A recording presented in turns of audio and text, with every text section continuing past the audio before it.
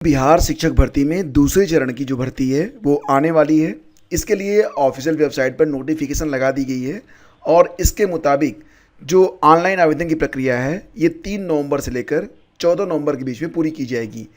कुल पदों की संख्या कितनी रहेगी तो जानकारी मिल रही है कि बिहार शिक्षक भर्ती में इस बार यानी कि दूसरे चरण में कुल पद 1,10,000 से ज़्यादा पद रहने वाले हैं। तो संख्या तो बहुत ही शानदार है। एक बात और है कि इसमें इस बार यानी कि इस शिक्षक भर्ती में प्राइमरी के पद नहीं हैं, इसमें जूनियर के पद हैं, 6 to 8, 9वीं 10वीं और 11वीं 12वीं के पद हैं। ठीक है, तो नोटिफिकेशन में जो जानकारी मिल रही है उसके मुताबिक बस यही बताया गया है कि जो पद हैं वो किसके लिए हैं, 6 to 8, 9, 10 एंड 11, 12 के लिए पद हैं और इस पर जो परीक्षा होगी वो 7 से लेकर 10 दिसंबर के बीच में करवाई जाएगी। तो आप लोगों में से कई सारे लोगों ने पूछा है कि इसमें एलिजिबिलिटी क्या होगी, 6 to 8 की जो एलिजिबिलिटी है वो क्या रहेगी। तो देखो फ्रेंड्स, आपको बताना चाहेंगे कि 6 to 8 में जो एलिजिबिलिटी है वो ये है कि आप चाहे डीएलएड हो चाहे आप बीएड हो, ठीक है, चाहे आप डीएलएड हो चाहे आप बीएड हो, दोनों ही अभ्यर्थी इसमें आवेदन कर सकते हैं। क्यों? क्योंकि इसमें जो टीईटी का पेपर 2 होता है, चाहे वो बिहार टीईटी हो चाहे वो सीटीईटी हो, पेपर 2 क्वालिफाई जो हैं वो लोग इसमें आवेदन कर सकते हैं।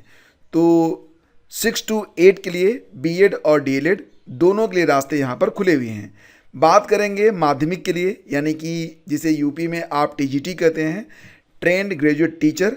तो हालांकि इसके बारे में जो पहले चरण में भर्ती हुई थी मैं आपको हर बात बता चुका हूं, लेकिन चलिए आपको पुनः बता देता हूं कि अगर आप 9वीं 10वीं में अध्यापक बनना चाहते हैं तो आपके पास कम से कम 50% अंकों के साथ किसी मान्यता प्राप्त विश्वविद्यालय से स्नातक होना चाहिए या स्नातकोत्तर। देखिए, अगर स्नातक में जिसका 50% नहीं है लेकिन उसने स्नातकोत्तर करने के बाद बीएड किया है वो भी इसमें एलिजिबल रहेगा, जैसा कि आप यहाँ पर देख रहे हैं।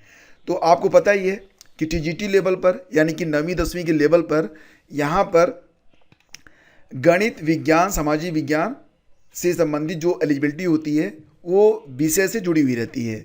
तो सब्जेक्ट कॉम्बिनेशन के बारे में आपको बताएंगे, लेकिन इससे पहले आपको बता दें कि कक्षा 9-10 के लिए विद्यालय अध्यापक के पद पर नियुक्ति हेतु शैक्षणिक यानी कि स्नातक स्तर पर और प्रशैक्षणिक यानी कि बीएड के स्तर पर या फिर डीएलएड के स्तर पर योग्यता में अनुसूचित जाति, अनुसूचित जनजाति, अत्यंत पिछड़ा वर्ग और दिव्यांग अभ्यर्थी को न्यूनतम अर्हतांक में 5% की छूट रहेगी। यानी कि यहाँ पर अगर किसी का 45% अंक भी है और उसने बीएड किया हुआ है, स्नातक में 45% है और बीएड किया हुआ है, तो वो योग्य माना जाएगा। ठीक है, तो अगर 9वीं 10वीं में कोई अभ्यर्थी गणित से फॉर्म भरना चाहता है तो स्नातक स्तर पर वो गणित के साथ साथ भौतिकी, इलेक्ट्रॉनिक्स, कंप्यूटर साइंस, रसायन विज्ञान या सांख्यिकी में से कोई 2 विषय स्नातक स्तर पर उसने पढ़ा हुआ हो या इंजीनियरिंग से स्नातक जिसमें गणित की विशेषज्ञता हो तो वो एलिजिबल रहेगा।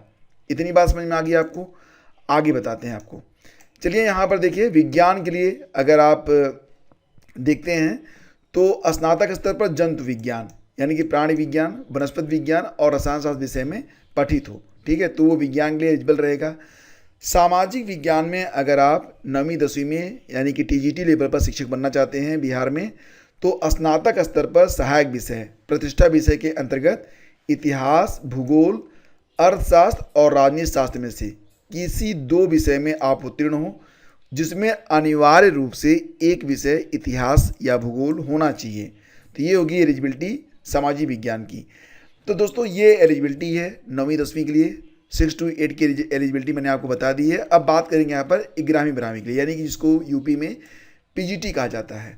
तो इसके लिए क्या एलिजिबिलिटी है? कम से कम 50% अंकों सहित किसी मान्यता प्राप्त विश्वविद्यालय से आपका संबंधित विषय में पीजी होना चाहिए, साथ ही साथ बीएड भी होना चाहिए। ठीक है, तो एक बात और भी कि 6 to 8 के लिए बीएड और डीएलएड दोनों एलिजिबल रहेंगे, लेकिन 9वीं 10वीं और 11वीं 12वीं में सिर्फ बीएड ही चलेगा, मतलब स्नातक plus BEd for TGT level और परास्नातक plus BEd for PGT level. ठीक है, हालांकि पीजीटी लेवल पर जो विषय रहेंगे उसी विषय में आपकी पीजी होनी चाहिए और बीएड आपका होना चाहिए। ठीक है।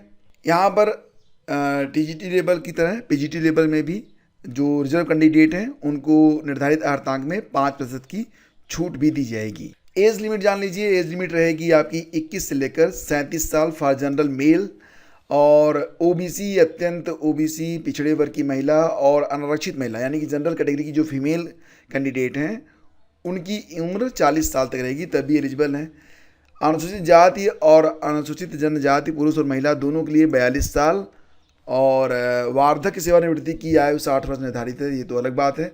तो ये होगी आपकी एज लिमिट, यानी कि अगर आप जनरल कैंडिडेट हैं मेल तो 37 साल, बाकी 40 साल तक आपका चलेगा इन जनरल, और अनुसूचित जाति और अनुसूचित जनजाति को 42 साल तक आवेदन करने की छूट है। उम्र सीमा में छूट भी मिलेगी, लेकिन सिर्फ बिहार के जो अभ्यर्थी हैं उन्हीं को ये छूट अनमन्य रहेगी।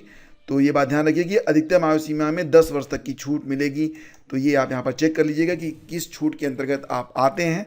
बाकी जो सिलेक्शन प्रोसेस जिस प्रकार था पहले उसी प्रकार से रहेगा, उस पर वीडियो अलग से आएगा।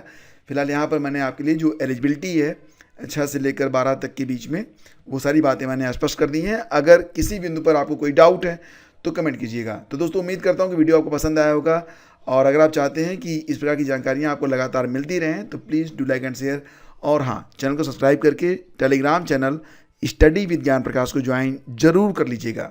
Thank you.